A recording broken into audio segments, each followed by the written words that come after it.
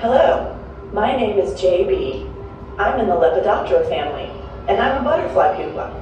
Before this, I was a caterpillar. So I'm here to show you what happens when a caterpillar changes to a pupa. It's actually quite interesting. Different families begin the pupal process in different ways. Some will spin a tiny patch of silk on a leaf or stem and anchor themselves by their tails.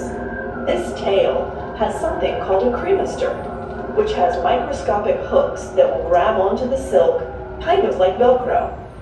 Other families will use a cremaster, except they will also spin a silk girdle around their waist. Some families don't have cremasters, so they either pupate on the ground or attach themselves by a silk girdle onto a stem or leaf.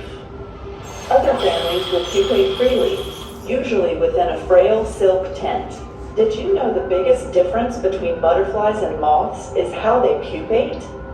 The pupa of butterflies and moths are called chrysalids, but moths take an extra step and wrap a silk cocoon around themselves before pupating.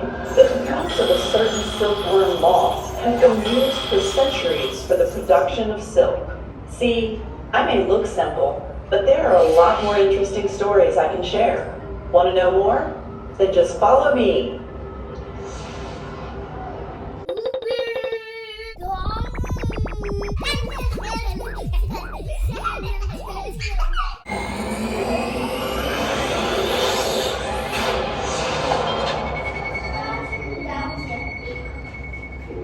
Hi, it's me again. Thanks for following me over. Wait, I should change my costume for this session. My magical moment really happened as part of the pupal transformation. What actually happens first is the pre-pupal stage, where I will molt for the last time and shed my caterpillar skin. Then I'm a pupa. What happens next is like a scene from a science fiction movie, but it's actually science fact.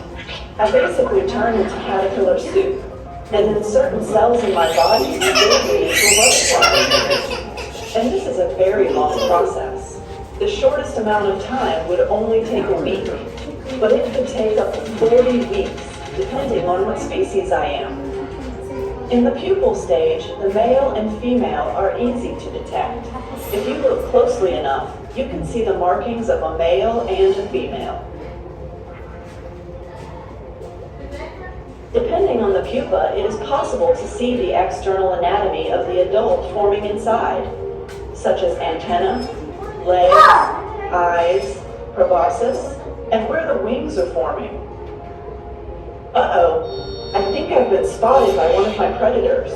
Follow me while I use one of my defenses to escape.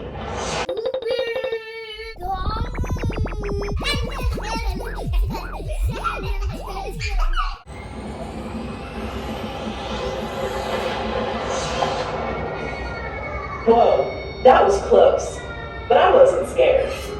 Contrary to what most people believe, pupa are not defenseless.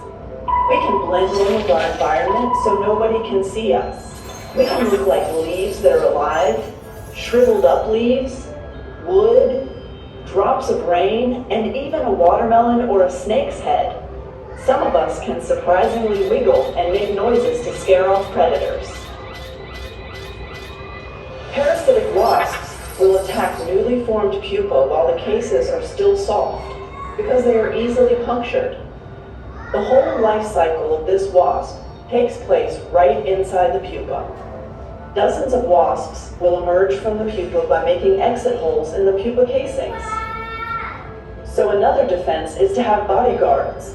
Ants will tend to the pupa of certain species, and their presence usually ensures the pupa will be safe from most predatory insects and parasitic wasps.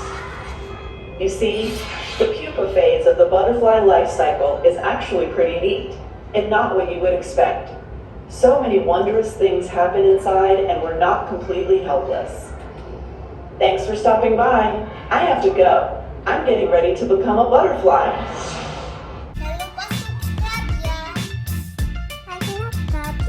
Guys, see you later. Goodbye.